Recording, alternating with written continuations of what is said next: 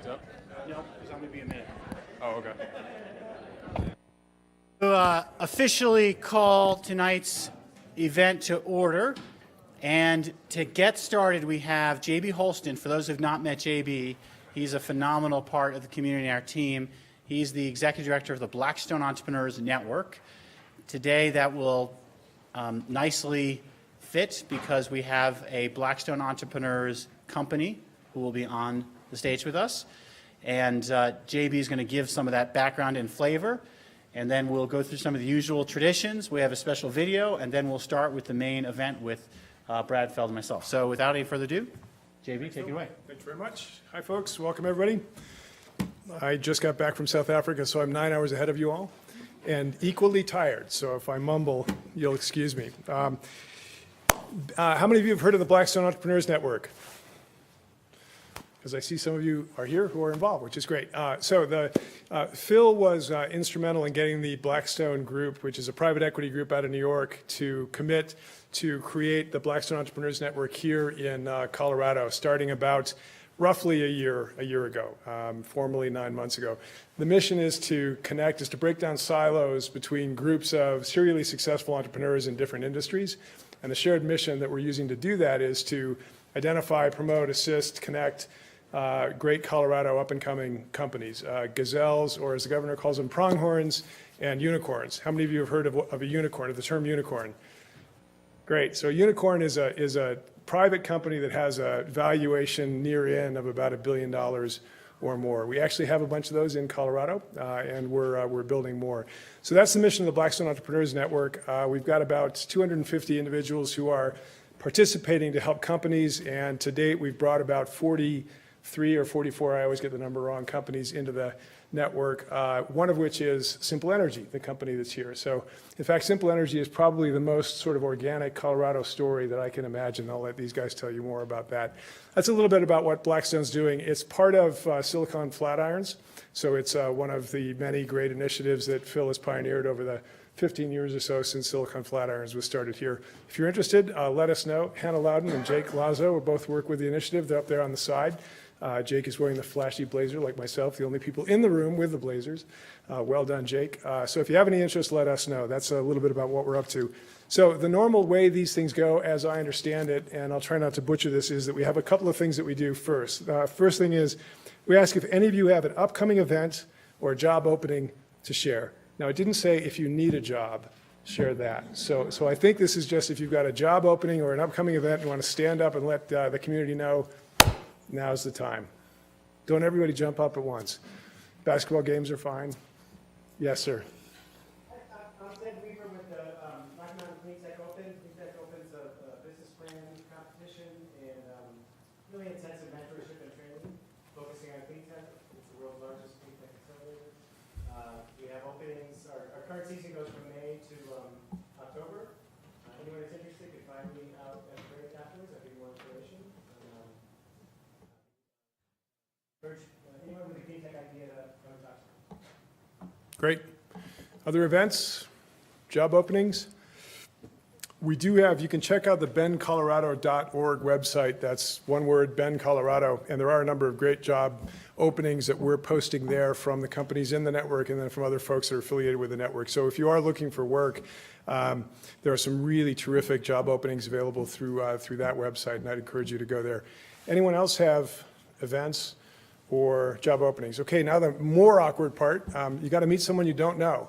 So we're going to take a couple of minutes here, and they can be anywhere in the room. They can be out of the room. You can walk to Denver and meet them. But take a couple of minutes, introduce yourself, and then we'll get back to festivities.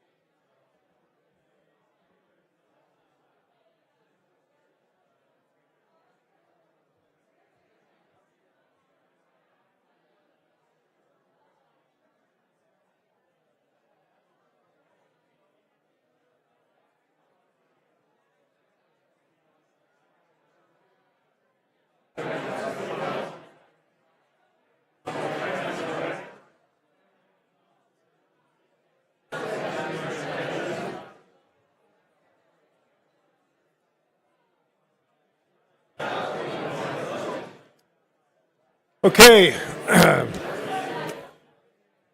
Thanks, everybody. If you guys could take a seat again.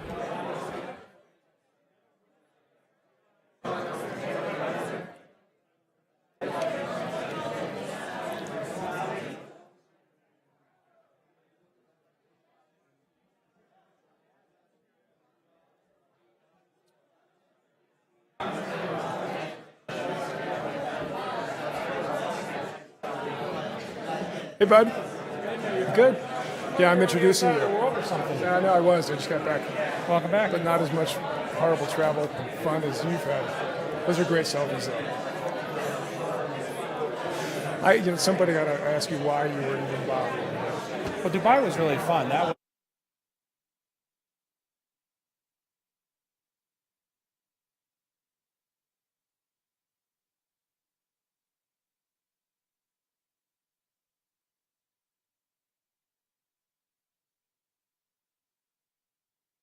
just written a check to cover it. Absolutely. Or send someone else as an emissary victim. So we're going to get rolling. And thanks for coming. Yeah. So you're here after. We can talk afterwards, right? Yes. Great. Okay, folks. Thanks very much for doing that. Hopefully you've got a new BFF sitting next to you or somewhere else. Okay, so Phil and Brad are our two moderators tonight, and they'll be down here in just a second. The way this will work is that they're going to lead a moderated discussion with Yoav and Justin for about the first 45 minutes, and then we're going to open it up for questions and discussion, so be prepared.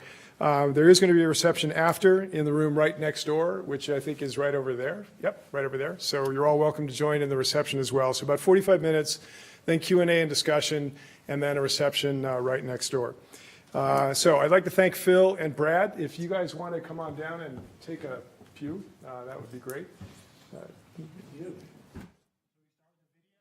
We're going to start with the video. Let me introduce our two main guests, Yoav and Justin. So Yoav is the founder and CEO of Simple Energy. He's responsible for the company's overall strategy and direction. Prior to founding Simple Energy, he helped to build Cinteractive, an IT services firm based in Washington, D.C., the city in which he also led the effort to rebuild recovery.gov, an official U.S. government website for the Recovery, Accountability, and Transparency Board. Yoav has also worked as a managing director for Teach for America, as well as with Crisis Commons, a global community of volunteers to build crowdsourced disaster relief applications. As an undergraduate at Duke, Yoav helped start Camp Kesem, a free residential summer camp for children of cancer patients, now with over 54 active chapters in 27 states.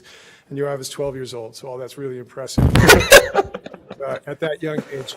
So his bracket is still alive, as is Justin Segall, his co-founder. Justin is president and founder of Simple Energy and also a Duke grad. In that role, he brings to the team his experience in community engagement, the energy industry, and business development. He's responsible for strategy and partnerships, and he manages the energy industry and utility partner relationships for Simple Energy. Prior, he was vice president of resource development for Renewable Choice Energy, during which time he led the firm's trading and origination, executing significant roles for the $3 billion Atlanta Beltline project, the largest and most comprehensive sustainable urban redevelopment project in the U.S. Justin was a cum laude graduate from Duke, where he spearheaded the university's path to leadership in sustainability. In order to help everybody understand a little bit more about what Simple Energy does, we're going to show you a video that is, I think, all of 2 weeks old. And do you guys want to come on down and take a seat, and then we'll show the video, and then I'll turn it over to Phil. We'll see what.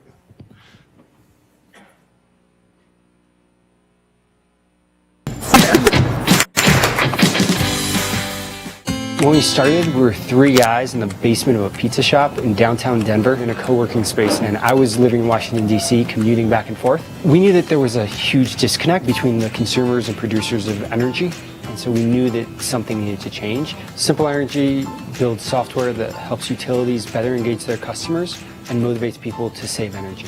Our growth has been great. We've gone from 3 people to 60 in the 3.5 years since Techstars. Most of our team is here in Boulder, but we also have teammates in Gothenburg, Sweden, and London, and Dallas, Texas, and in San Francisco, California.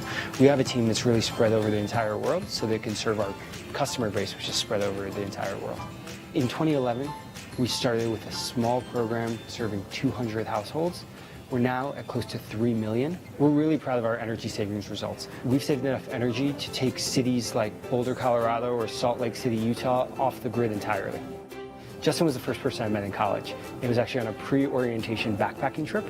And so we spent the first 2 weeks knowing each other, hiking through the woods, talking about starting a company together. And it took us 10 years and Techstars actually do it. One of the things I'm happiest with in my next startup, I know, is that the trust between co-founders is one of the most critical things. So many people think of their startup as the thing they're gonna build, but that's totally backwards. What you should start off with first is who you wanna build it with, then what problem you wanna solve and for whom, and finally, the actual thing, how you're gonna solve that problem. It is about the people. And so having the right people on the team is one of the things we know is gonna most impact our ability to scale and our ability to be successful. The growth has been awesome, but certainly for me and Justin, it's always just like it's not enough. And we need to be going faster. Like the future of this company is destined to be something so much bigger than it is. So it's like, yeah, where are we now is a great question, but where are we going? Do more faster. Great.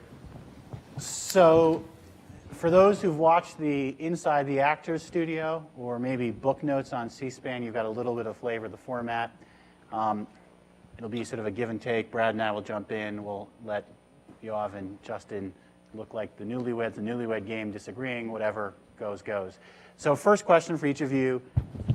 What was your first entrepreneurial experience, and what did you learn from it?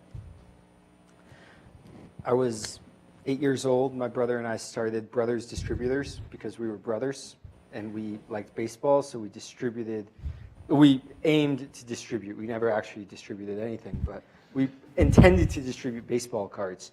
And we got a business license, and that let us get wholesale pricing from Topps.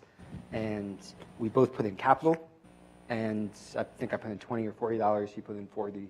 I know he put in 40. I've been reminded of that over the years. And that is one of the first lessons, which is it's okay to work with family or even with best friends as long as expectations are really clear on the front end.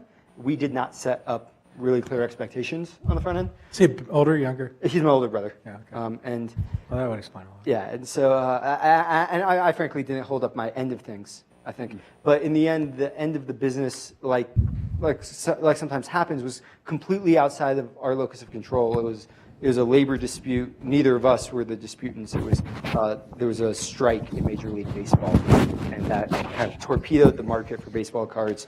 And we wound down the business pretty ungracefully. I don't think we ever filed a tax return.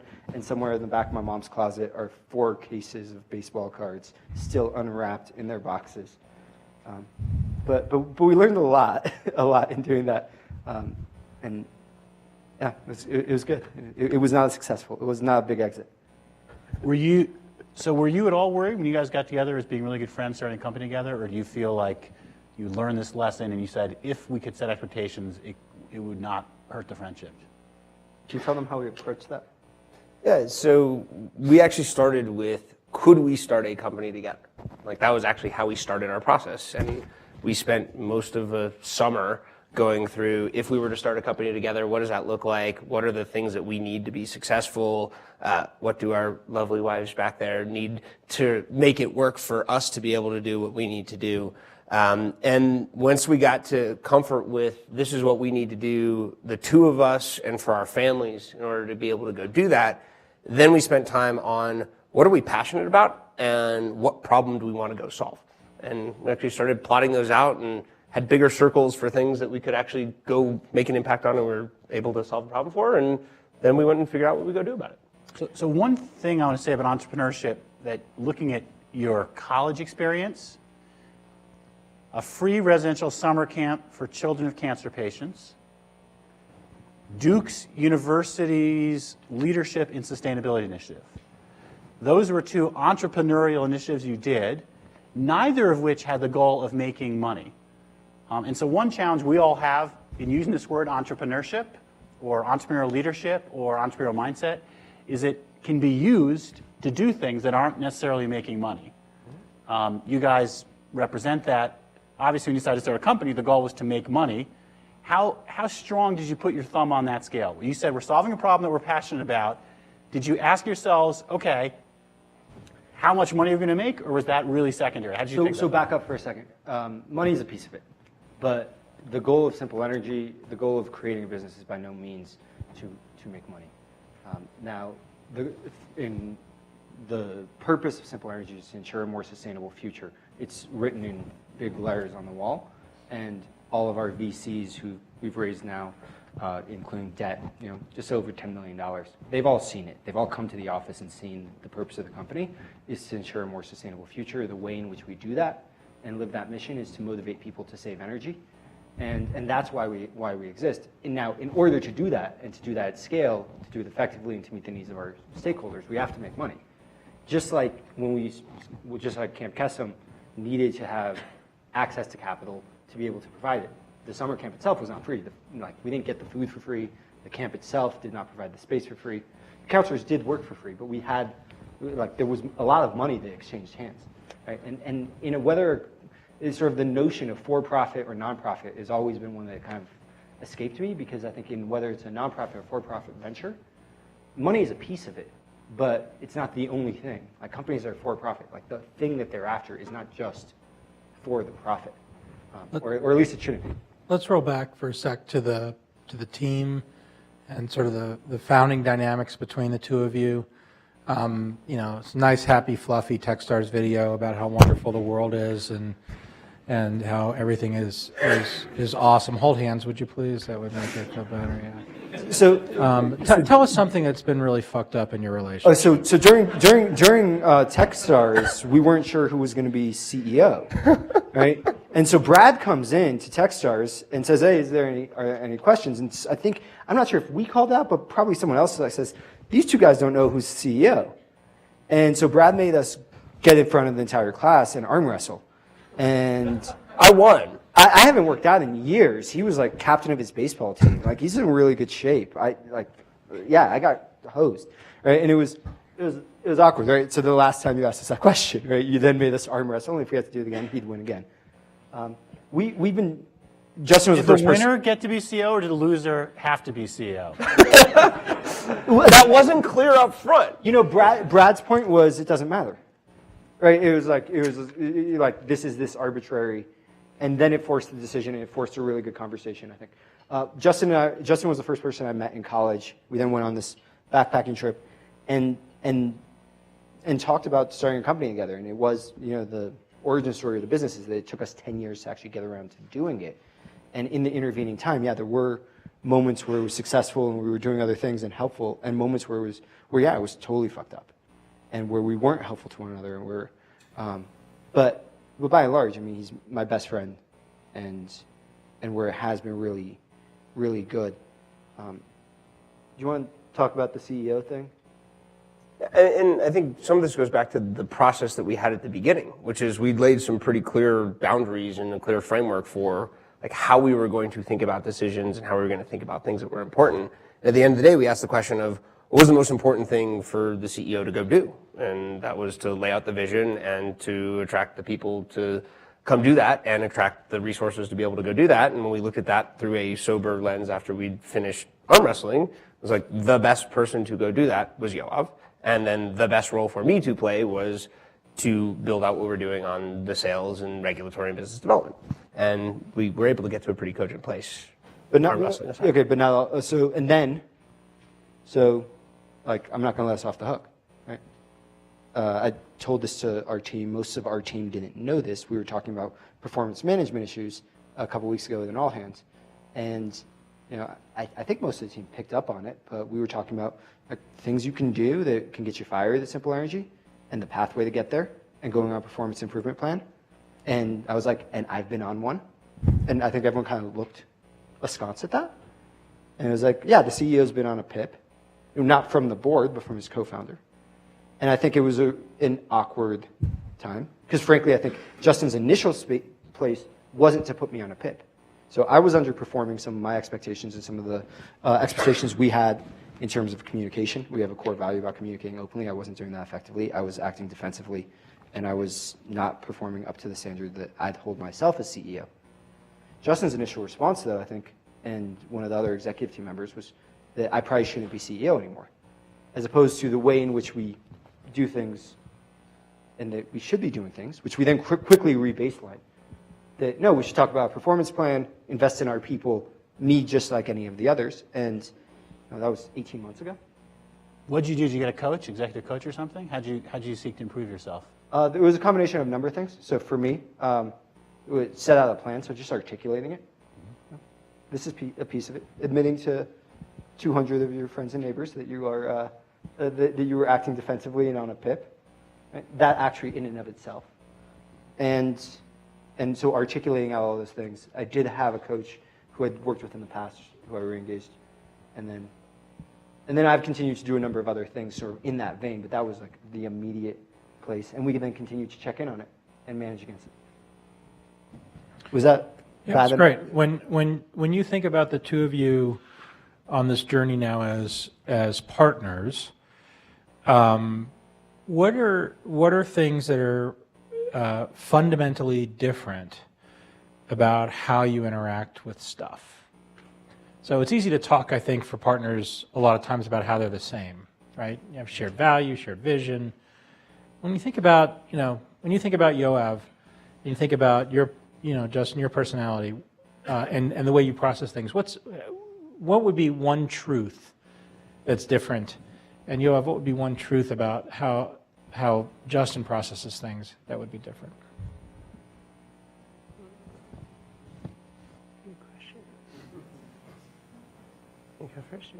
Go ahead. I think one of the biggest things, and this is part of the yin and yang for us, I tend to take more time to process things and be more deliberate in what I then go do with that. And Yoav pushes to do things quickly. So he processes quickly on the fly and says, we should just go do this. Well, let's go. And sometimes that's really frustrating for him because I'm like, we should think this through more. We should look at this other angle. We should spend some time. And then he gets frustrated with me of, why are you taking so long? We should have done that yesterday. And I think, at its best, that's a really healthy tension.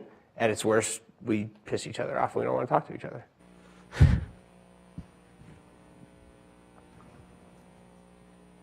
I just threw myself under the bus, so the bus is coming your way. Sorry.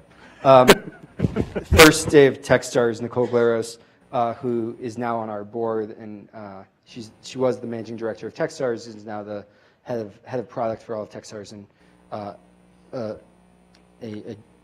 a managing director at Techstars Ventures. She asked our Techstars class to all identify one thing they were bad at, and I had trouble figuring out which of the many things I'm bad at that I was going to say because we had to pick one, and Justin really struggled to find anything. I think he kind of, his thing was, I can't understand why it takes Chris so long to program stuff on our site. That's and I think Justin does so many things really well.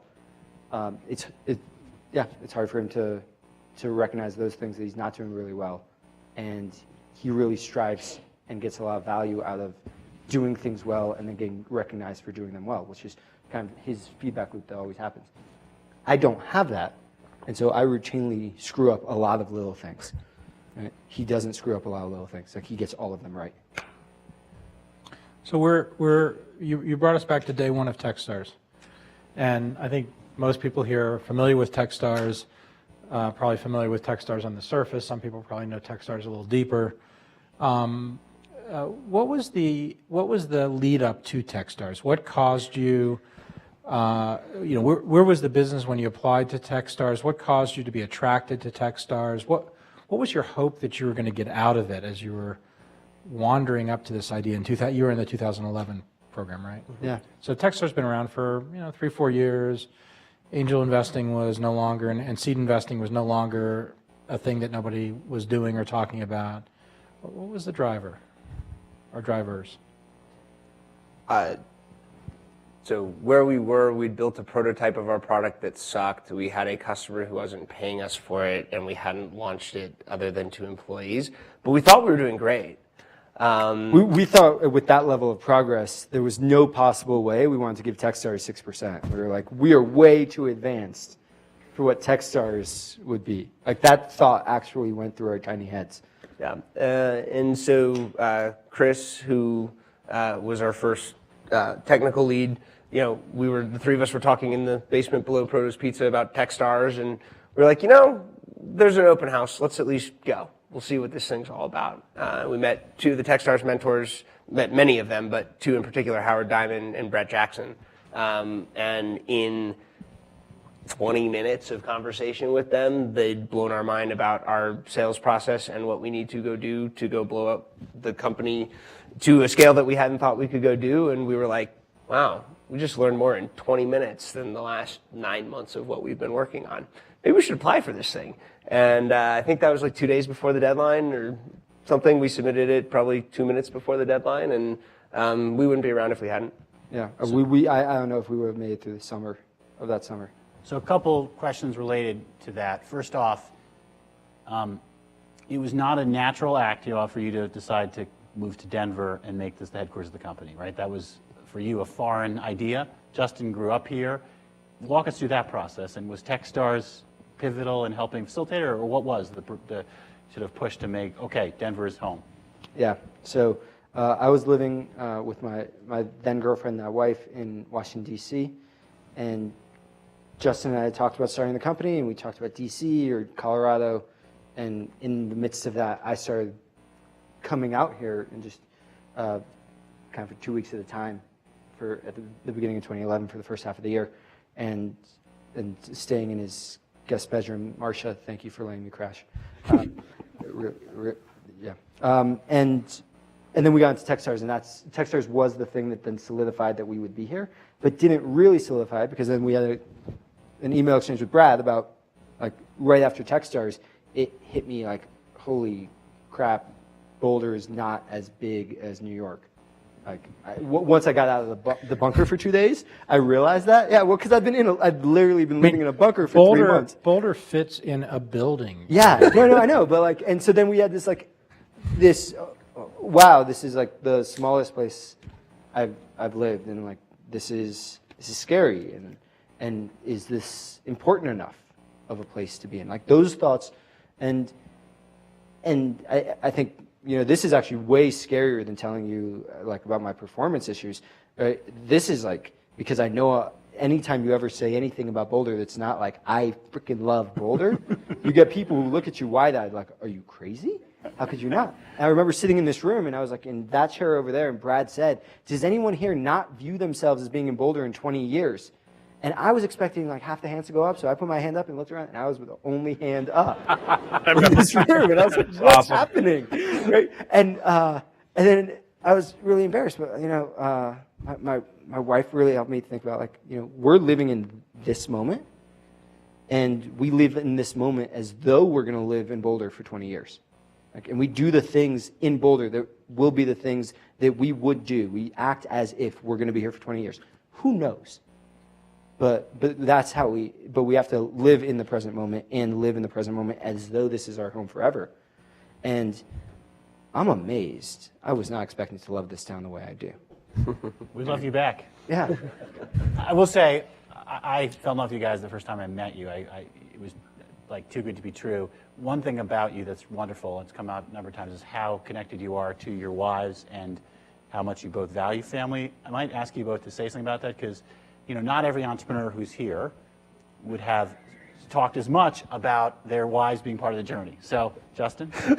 As they're both like sinking in their seats, like hiding themselves. It's that bus. It's coming their way now.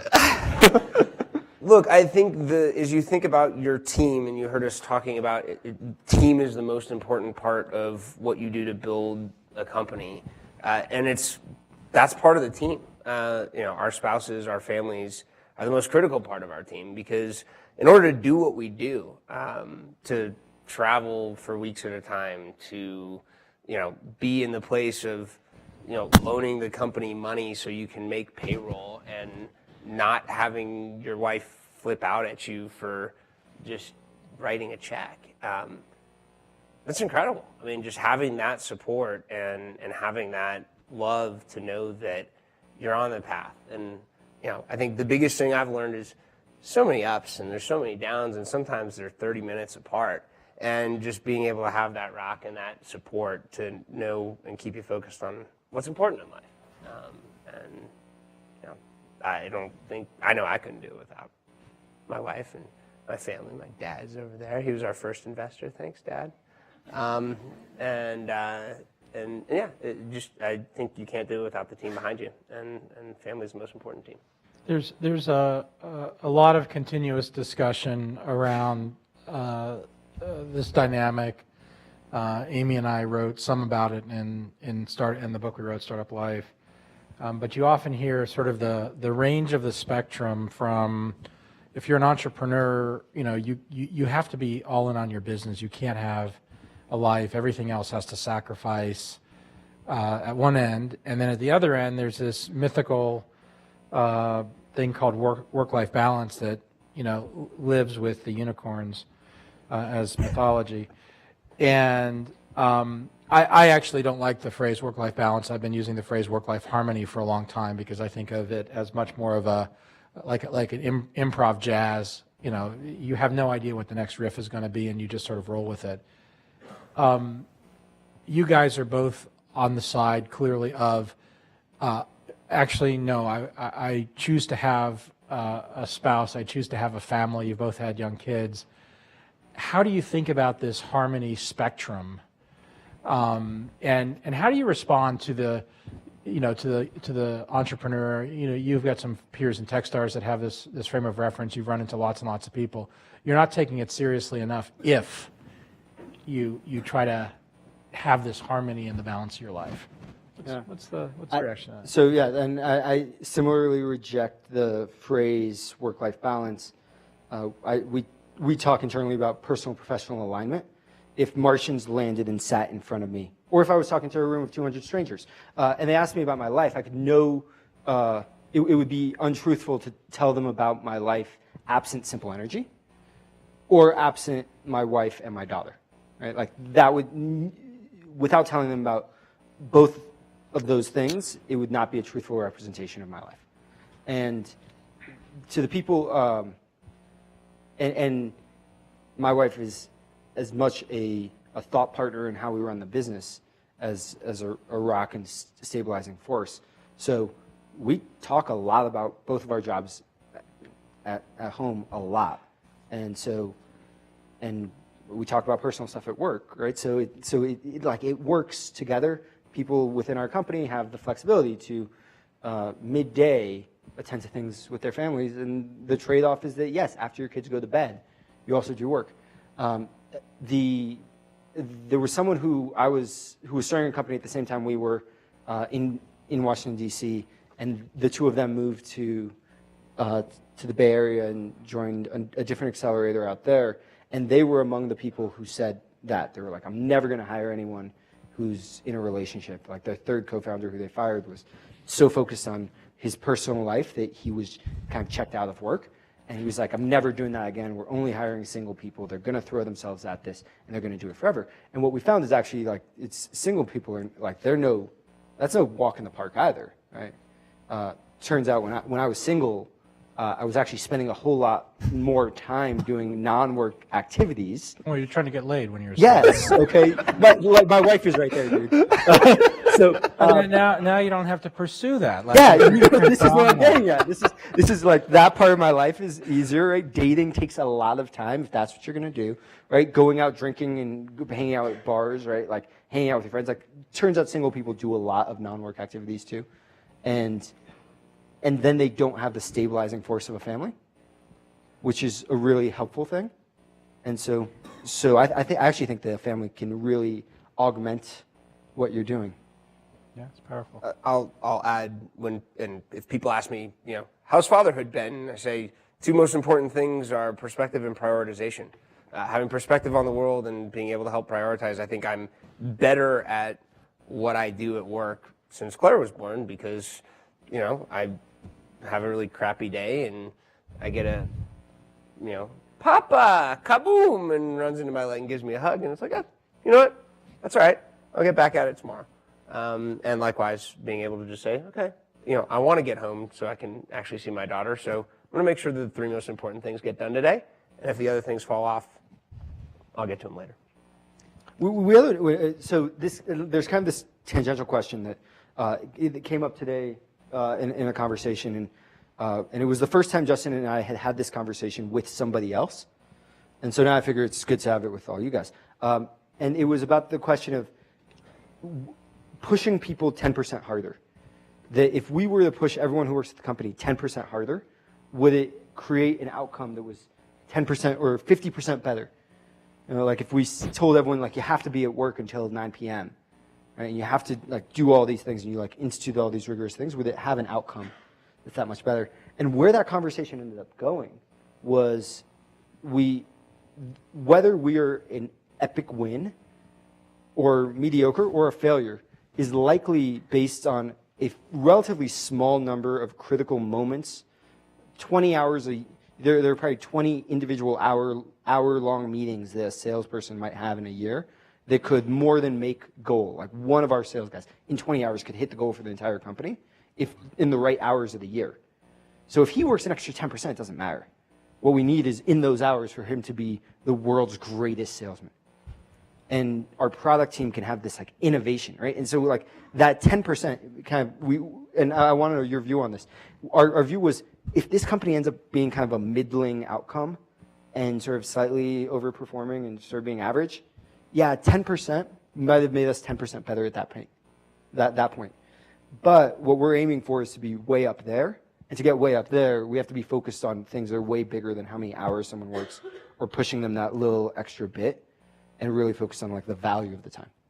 Is that BS? I have strong agreement with that. I got kicked out of a PhD program when I was in my early 22 or 23. I was spending 5% of my time as a PhD student and 95% of my time on my startup. And you could argue that I was a crappy PhD student, but if you actually looked at the work I was doing relative to my peers, probably the work that I was doing on my company was much more helpful to the type of research that I was doing than if I'd spent a huge amount of that time on, whatever my peers were doing. So I think this perspective of face time and hours spent versus impact is a misnomer. I have this argument all the time with people.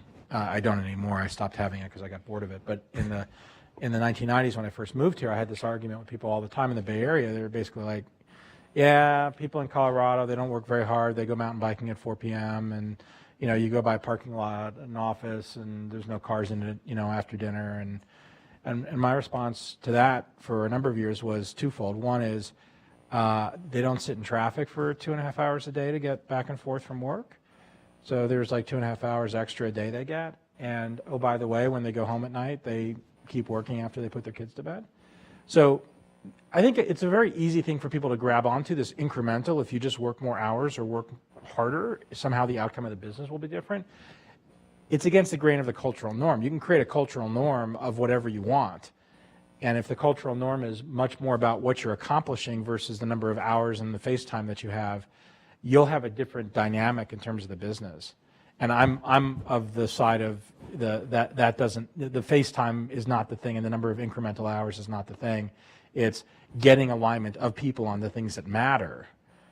And in some ways, the prioritization and efficiency that you talk about, Justin, is so important because you can be a much more effective leader and you can be a much more effective business if you can get focused on the things that are important. So you're actually spending less absolute hours so that when you do have things that take up that incremental time or people have to go on, a death march for something for a sustained period of time, they're not worn out when they start. So picking up on your point about, do you have something you want to say? Well, I wanted to ask Justin if you want to talk about how we both struggle with that. Like we both cognitively know that and struggle with it every day. Like struggle with looking at the empty parking lot. Yeah. Metaphorically, we don't have a parking lot, but like if we did, like it's still you show up in your office at, achy. You at 5:30 or 6 o'clock your office. You don't have people glued to their computers because they've gone out to dinner. And the interesting dynamic, and it's a challenge, especially I think it's an entrepreneur versus employee challenge, is you feel the weight of your business continually. Most of your employees feel the weight of your business, but not continually. And it's very hard to get those two things aligned in the culture of the business. And the risk is that, and I've seen this happen play out over and over again with entrepreneurs, especially at the 60-person level, right? You have to start to distribute the load of the responsibility of the business off of your shoulders. And when you're 500 people, you can't have the responsibility for the business on your shoulders. You can feel it as much as you want, but there ain't no way you can control it. And you're sort of at that point where it starts to become a clash between what you can handle and what the norms of the organization have internalized. By the way, it gets harder when you have distributed employees because you can't see everybody all the time. And, you know, a conversation we've had is at CEO, you start to have to focus more of your energy on working on the business instead of in the business. And you have to think hard about what those things are rather than, I'm just going to drag this shit across the goal line, which when you were 3 people in Techstars, you know, you could spend a lot of your time on that. So we set up in the video your customer base, but I think not everyone here appreciates what a hard assignment you took on. If you had to rank customers by the hardest to sell to, Lawyers? I would sell to lawyers before I'd sell to electric utilities. Yeah, probably true. Maybe But then you have to deal with a lot of lawyers. you have to deal with a lot of lawyers and regulation. Yeah, basically, as far as I can tell, it's the You're in same that- thing. It's the worst of the lawyers, electric utility lawyers, some of the hardest people to sell to because they're very conservative, which means once you're in, and that's a good thing. But man, to convince these companies that they want to be taking your solution, that is not easy work. Did you appreciate that going in, and how have you got your arms around this challenge, which, like I said, there are some other customers, maybe like selling to K through 12, you know, educational institutions. That's hard, but this is a hard customer base. So coming into this, I had sold to insurance, education, and the federal government. So I figured that nothing could be harder. I was wrong. And if he knew about it, he didn't tell me. He wanted to start the business with you. I think we've made it harder on ourselves in hindsight. If you look at kind of our path that Justin talked about, which was pick the people who you're going to start the company with, pick the people or customer base you're going to solve a problem for, figure out what their problem is, then the solution. In that intervening piece of who the customer is and what their problem is, understanding kind of what their paying dynamics are, the sales process. I really wish I had known that it was an 18-month sales process, that they didn't have an entrenched interest, that oftentimes it goes against their interest to buy the product, but they're forced to do it, which means they'll look for any excuse along the way not to buy it. I don't know, how many excuses have you heard today? You know, I'm sure I'll get some more tonight. Yeah, you know, a dozen different ones, all the same. But you're making a bet on, and you saw a little bit of the product, engaging people in a creative, you might even say gamification, information that's easy to understand sort of way, will affect their behavior and make it more environmentally sound. That was a core thesis you guys started with. Mm-hmm. You kind of glossed over whether the customer here, electric utilities, would be excited about it, but you got that thesis as a driver. How has that proven out over time? Are you more excited about that thesis today than you were? How have you refined it over time? Yeah, so yes, it turns out that if you try to engage people and in actually doing something, starting from a basis of human psychology is really an effective way of doing that. What started as gamification, which was sort of the name of the moment, is really behavioral science and is now demonstrated across the board. The World Bank just came out with a 200-page tome on how they're reshifting all of their global investments to be focused with a behavioral norm in place to ensure that they can drive more change by doing it. As we look at the outcomes there, we are far and away the most cost-effective energy efficiency solution on the market. We're cheaper than light bulbs. We're about 20% of the price of the base of the alternative production of energy. So it's 5 times cheaper to pay us to motivate your customers to save energy than it is to just go turn on your gas plant and create more energy to give to those same customers. We saved For our largest customer, we saved 81 gigawatt hours of energy last year. It was about 35% of their goal. We did that on about 2% of their budget.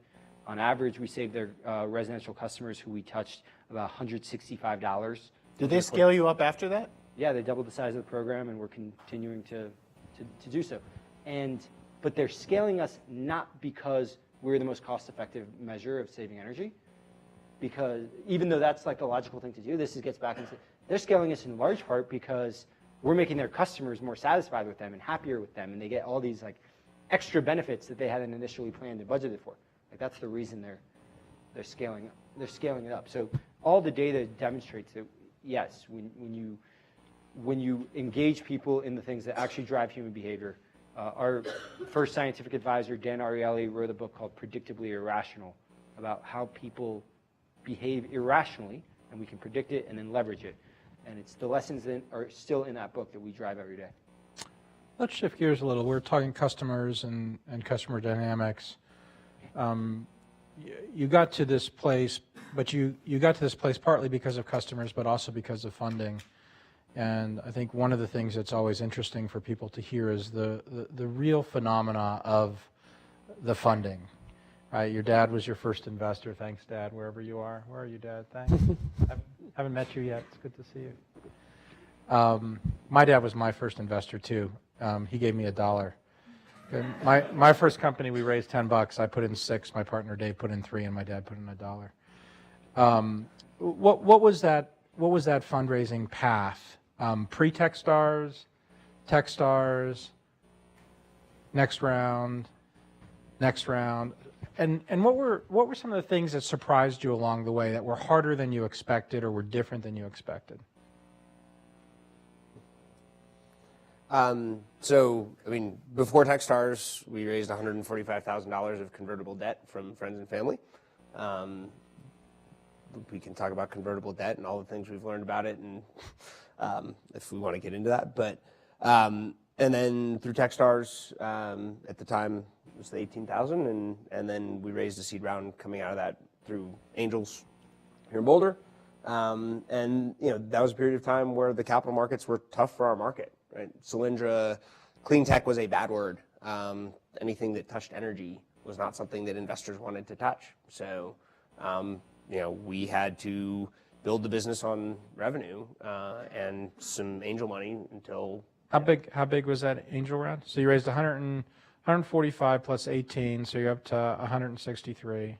750. You raised 750 seed round. How many investors in that seed round? 23. 23. And how much time did it take you to put a fence around 23 angel investors? Amazingly, it was 14 days. It was during Techstars, but then we were the first class. We were the first company in our class to close our round, and did it relatively quickly. Was it all after the pitch?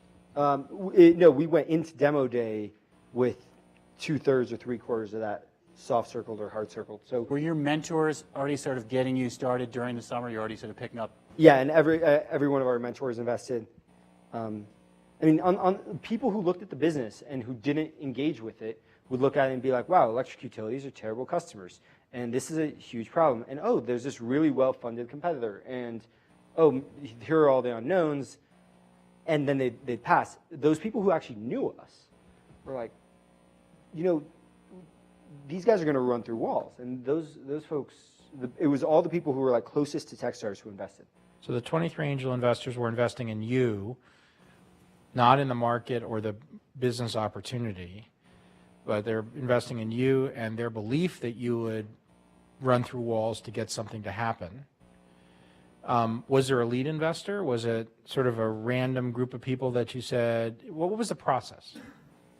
So 14 days is pretty quick. So how did you get it done in 14 days? Yeah, we decided on the note, the terms.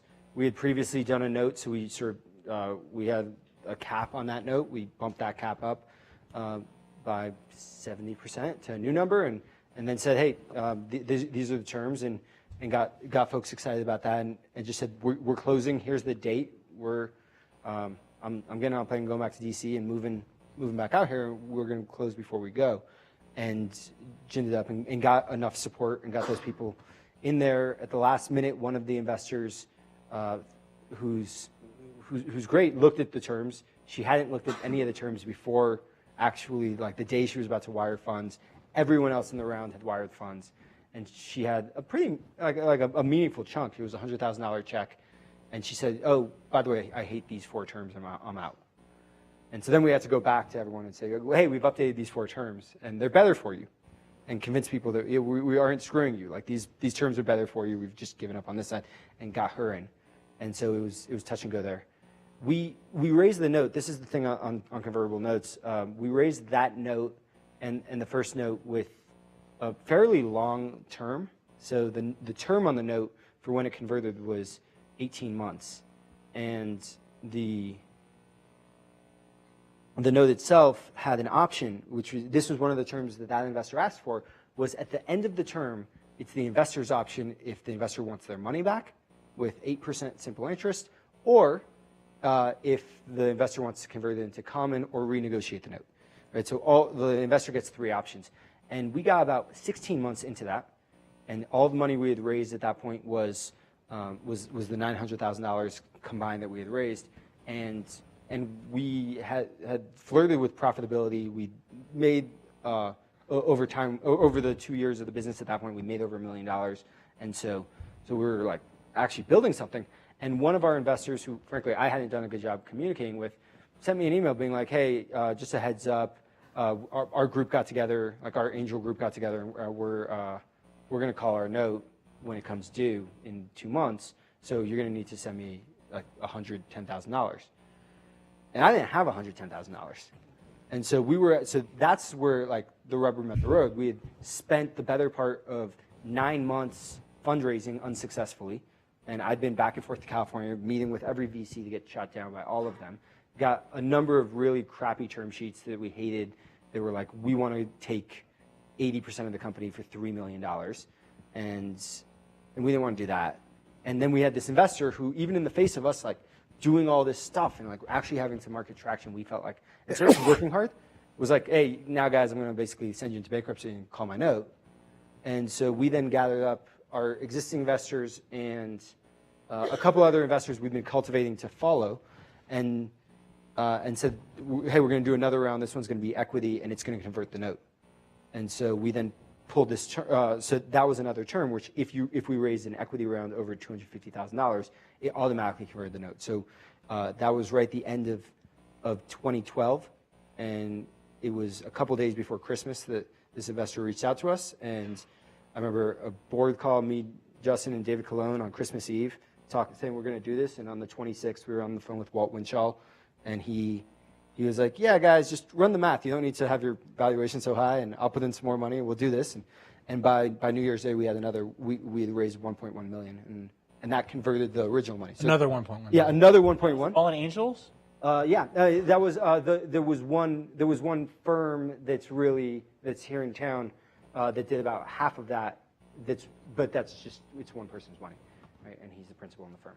So, yes, effectively it was an angel. So you had a couple of instances, and I like to say in fundraising, you always have these moments that are, you think you're done and then you're not, or you have another experience that you think the path is a clean path, and then something else crazy comes up. And in this case, you had the two at the eve of the first closing. One investor retraded a handful of terms on you, all which you were willing to retrade because presumably they didn't matter that much, but they were things that created some complexity.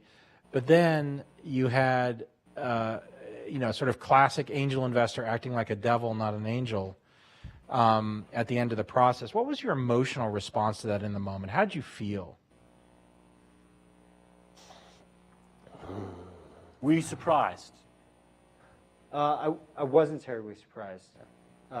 It seemed like pretty predictable behavior from him and his group. And You sound hyper rational. You didn't want to go over and burn I that want person's to, house down? I want to tell him to go fuck himself. Even now, like as you tell me this, like I have this I think motion- actually he wanted you to just go punch him in the face. That's what I was actually what looking I think for, he not wanted the you to do. hyper-rational absolutely. response. But no, like Phil asked, like, was I surprised? No, I wasn't surprised. The guy's an asshole. Like this is like, There's an old story of like the scorpion and the frog, the parable of the scorpion and the frog. They're sitting on the edge, on a rock in the middle of the lake, or the middle of the river, and the water's getting higher and higher, and they're both about to drown.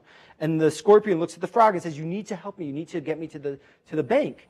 And the frog looks at the scorpion and says, "I can't. If I give you a ride, if I let you ride on my back to the banks of the river, you're going to sting me, and we're both going to drown." He's like, "No, I wouldn't do that. I wouldn't do that to you because we need to get to the bank of the river, right? And it would kill us both." And so the frog says, "Okay," and the scorpion gets on his back, and they start to swim across the river. And halfway across the river, the scorpion stings him. And as they're both drowning in the river, the frog looks over at him and says, "Why'd you sting me?" He says, "Because I'm a scorpion. That's what I do." So why'd you take him as an investor? I didn't realize. I was dumb. We needed money. Right? We made a bad decision. Right? And maybe we didn't make a bad decision. We needed the money. He was the only one who got out? No, he didn't get out. Because they converted the note. So you Yeah. raised a round, converted the note. What was his response after you converted the note on him? Oh, he played it off as though it was like, because he was kind of investing with a little group. He was like, "Oh, it wasn't me. It was these other guys." I've been supportive of you guys the whole time. Okay, so backtrack. So now you've raised this additional angel money. So now you're up to about $2 million of angel money, a little bit less. Yeah, and that's equity, so we no longer have the debt situation, and they're in. And we finally had some more money. The team was 13, grew it to 20 over the course of the next year. And what was the next financing dynamic? So during this pre-$1 million, pre-Christmas, you said you talked to a whole bunch of VCs. How many VCs did you talk to? Do you remember? Approximately.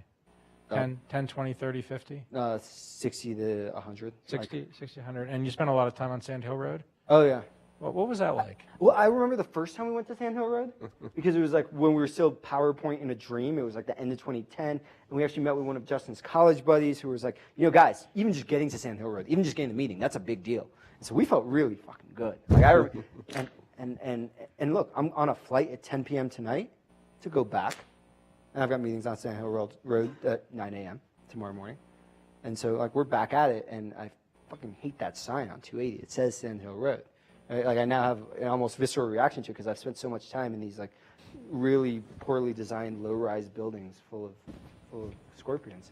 But some of them are great. They just live here. So lots of time out there, lots of fundraising. And both Justin and I were doing a lot of that and got shot down a lot of times. And we were raising that round. And we didn't, and we stopped then after we raised the $1 million. We stopped. Everyone who could have invested in us either gave us a really crappy term sheet or passed. So yes, we stopped fundraising, but that was not because we didn't need the money. It was just there weren't any options.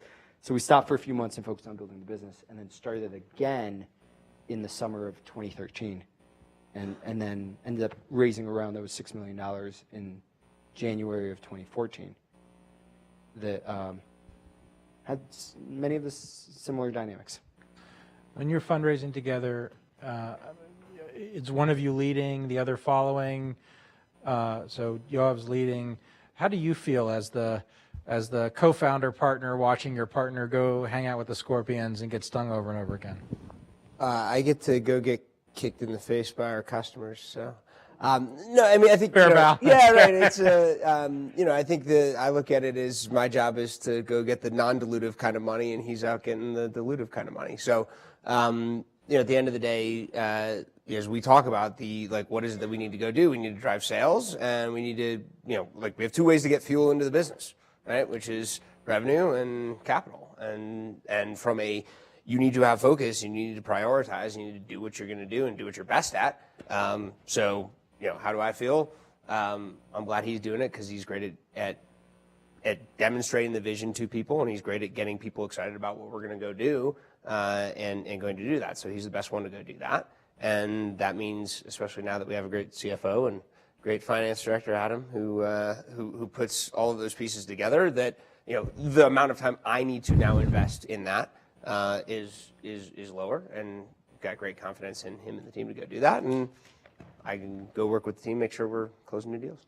Let me ask utilities and VCs are very different customers, and I actually think of VCs in the pitching phase as customers, and then hopefully we become the customers and they're like the service provider, right, and helping us grow the business. But utilities, we think of our utilities, Justin, as a matrix of 21 boxes, 7 focus areas, 3 levels of the org. They fill this matrix with all the names, figure out the political ramifications of how all these people play with one another, like all the lawyers, all the marketing people, right? And he like works that system within the customer so effectively and understanding each of their individual needs, how they play together, how they can influence each other, right? And it's like, he's a master of that. Like that is his superpower that he does better than anyone I've ever seen. VCs, it's like 2 to 5, mostly men, who want to be sold a dream and a vision, and then make sure their analysts can be backed up by a spreadsheet. Right? And so for them, they want like, this is where this is going. This is like the vision of where our plan is and the dream where we're going, and getting them fired up about that. And it's a different sale. And that's a sale that I'm much more comfortable with. So one more question to get the audience involved. Both of you in this process of selling to utilities, selling to VCs, are turned down all the time. It takes a certain level of resilience to be able to continue to roll in a world where, you know, if you were very sensitive, you might say, you know what, screw this. How have you developed that sense of resilience so that you can weather what is, you know, pretty stormy waters? I suppose the answer, because Brad knows the answer to that, probably depends upon the day and how many times we've gotten kicked in the groin that day. No, I think it goes back to some of the things we've talked about of having the right team around you and having the passion for what it is that you do. I mean, at the end of the day, if we weren't passionate about the problem that we're solving and what it is that we're building, then you can't have the fire to go do that. I mean, if you don't care about it enough, then, you know, sort of that passion level is too low. Then if you get knocked down, then you just throw up your hands and give up. And I go back to things we've talked about before, the family you have around you, the team that you build, and the people in your company to give you perspective on those things, and then to go do something awesome to go fix that. You know, one of Yoav's mentors and bosses, you know, always had the saying of, when you lose a deal or something bad happens, go do something great for one of your customers, right? Like, go do something within your locus of control. Go change that energy for you right now. And that's a great thing to go do, right? So, I mean, there are like specific things like that of, I just lost a deal I thought we were going to win. That frickin' sucks. What can I go do great for one of our current customers? As well as then, you know, when Marcia sees me come home and cry and be upset about the things that are happening, and that's okay too. Like, you can't just suppress it. Like, it's hard. It is hard shit to go do. But develop those, build the right team, build the right people around you, and be fired up about what you're doing. I don't know, I think I'd just get numb to it. Yeah, no, like you develop calluses. So like you get shot down. Like I've gotten rejected now by, as of like last week, well in excess of 100 VCs. Some who I really love, and others who I was really happy they shot us down. And just like 2 who said yes. But you get rejected that many times and you stop feeling it. And it's funny because like our CFO is fairly new to the process. And so we'll come out of meetings now and he'll be like fired up. I'm like, no, I'm like, give it 2 hours.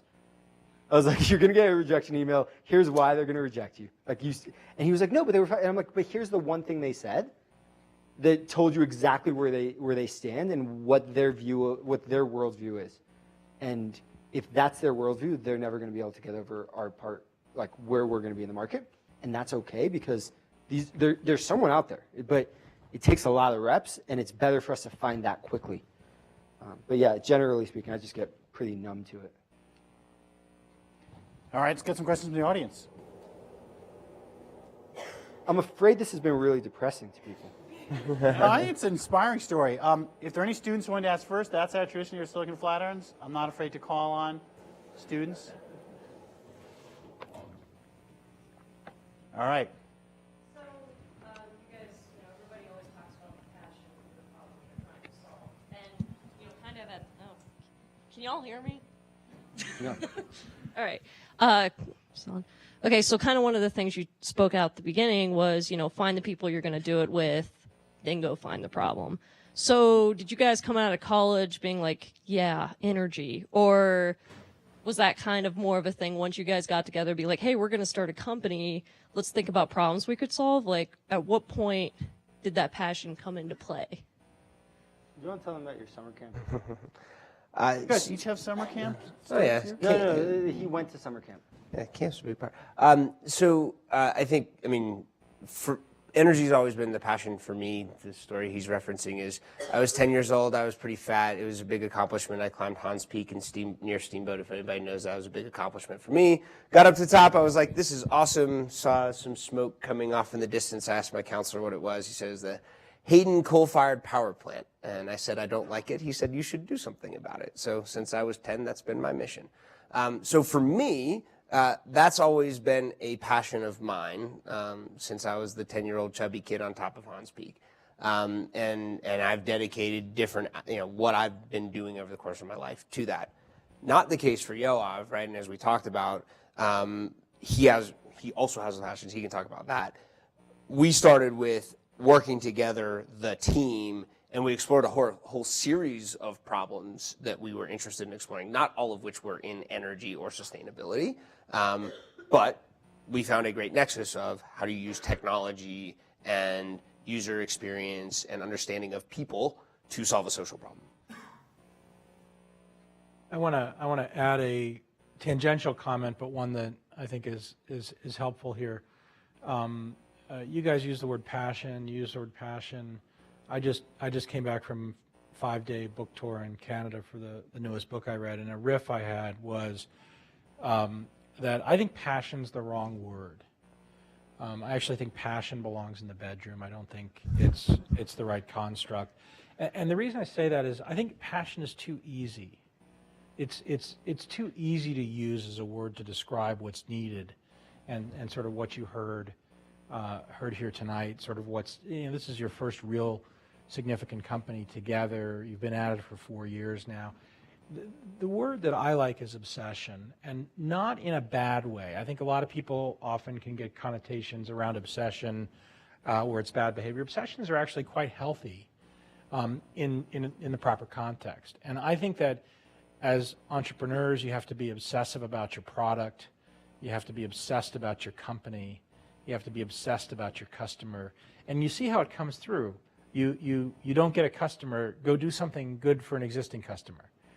That's an obsessive loop in a good way, right? Rather than say, I didn't get a customer, I'm going to go have a beer. That's not a particularly obsessive loop, right? It's, since you were 10 years old, this has been a problem on your mind. That's obsession.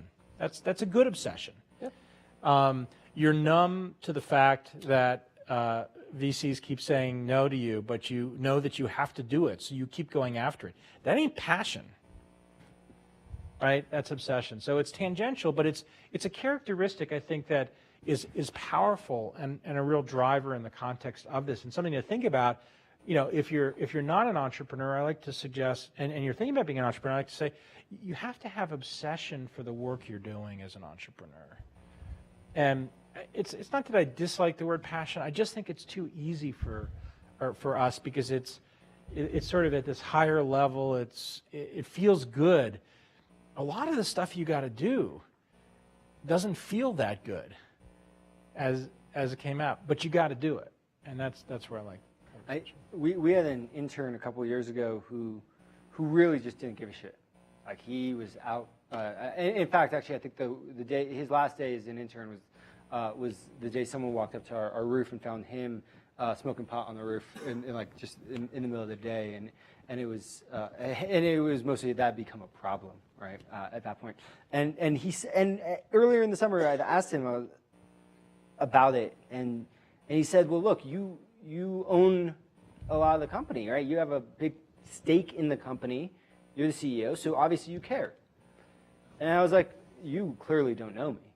Like, I've been this obsessive and driven about just about everything I've ever done. I was like, and it's that level of neurosis that then eventually led me to make sure that I own some of the company, right? But it actually was, in no way is driven by anything to do with our cap table. I don't wake up and think about our cap table or look at our cap table and say, oh man, if it drops 2% more, I'm out. Like that doesn't happen. I think for me, there's been a little bit of a shift, maybe in terms of like the level of like what we need to do, and it's kind of with Brad and Phil mentioned a coach, Jerry Colonna, who is who talks at these things occasionally. But I was realizing that I was putting a lot of pressure on this. Like our purpose is to create a more sustainable future. Like we have Save the World written on the wall of the, not literally, but effectively, on the wall of the company and of the office, and that's a lot of pressure. And I was bringing a lot of that, and that can freak people out. And a lot of that was coming from my own like neurosis, my own like anxiety about death, and my dad passing away as a little kid, and like him living in his father's shadow, right? And kind of like what my relevance on the planet will be. And it's like, for like that's a lot of shit to bring to work every day, right? And it's also totally unfair to other people who are just passionate about like having an environmental impact or writing a really good piece of software. And for me, actually, that level of what goes well beyond passion or obsession to like neurosis is actually becoming really detrimental. And so I've had to find ways to proactively downshift that and channel that into things that are more productive than what might have been just like too high pressured. I think that's a super healthy sort of self-awareness of the range, right? And this is why I like the word obsession so much versus passion, is that I don't know too many people that think that passion gets to a bad, like the range of passion doesn't go from, bad to good on the spectrum. It's like, from good to super awesome is the spectrum. And I think the dynamics of what you guys face and what entrepreneurs face and sort of what we're bringing out is that the spectrum is a bad to good spectrum. And you find yourself on that spectrum oftentimes because of your obsession in the bad zone. And if you're focused on yourself as an entrepreneur, if you're doing what Jerry Colonna calls radical self-inquiry, you'll start to understand that you're in the bad zone and you're trying to move back and forth. I think that's really interesting. Thanks for I didn't mean to pick on the passion comment, but it was a really good pivot because I think it's just such an important concept to me that I've been rolling around lately, and I'm glad it came out. All right, other questions? And I've got two students back there. I'll call on one if neither volunteers. So Nick or Brian, which one of you wants to ask a question?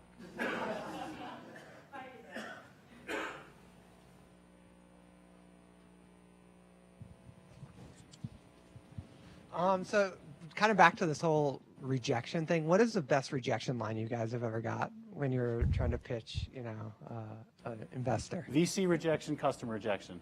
Best line. I love you, Justin, but I'm just not going to invest in your company. How's that? Yeah. The best line is when Brad rejects you and says your co-founder's name.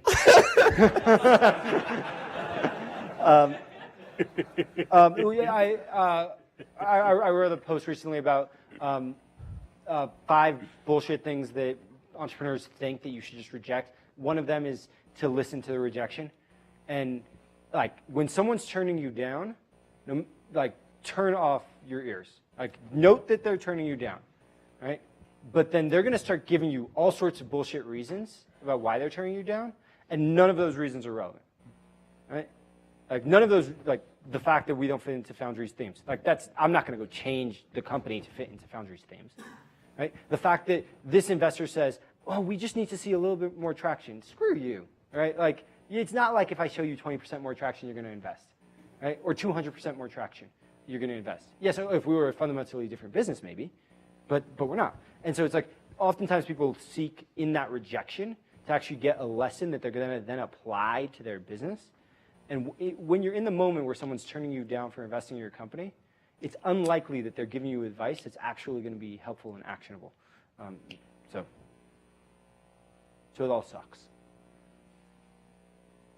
But you're numb, so. Yeah, someone else asked me a question. Like, there's so much good stuff to talk about in the company. I feel like this is a little different. But rejection for utilities? Better solution, better price, but we're just going to go with the other one because it's the easier one. Oh, come on. All right, so there was a utility that shot us down recently, right? Which, scorpions. No, and there's a number of our customers who really are progressive and forward thinking about what their place is in the future of a connected world, what their place is in distributed generation when their customers have solar panels, right? They were really trying to tackle these issues in big ways. These are some of the most successful utilities, and they tend to be buying their neighbors. Some of the other utilities are not. One of our prospective and not current customers actually kind of got to the place where they were like, this is the right answer. This is the right solution. It is the right time. This solution would crush it for us. This is phenomenal. You really understand it. Can you come back to us in like 6 to 9 months maybe? And we're like, well, why? And like the subtext there is they don't want to do anything that even appears to be like compliant with 111D, with the energy efficiency regulation, because they're actively fighting it in court. And so literally like anything that would seem to be progressive in the regulatory framework, they don't want to be perceived as being a good actor there. Or if they eventually lose that legal battle, it would set their efficiency baseline higher. So their new baseline, so their new goal would then be so much higher. So they were like, can you just wait until we lose that lawsuit, and so we can sandbag a little bit. Like that was a pretty terrible. No, that's good. And prototypical. That was recent. Yeah, that was fun. All right, other questions from the audience?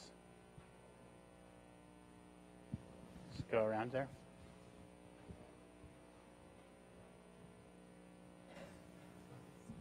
So do you think if you would have started the business, say, in Washington, D.C. versus here in Boulder, you would have experienced the same success, or think there have been more pitfalls to occur? If we,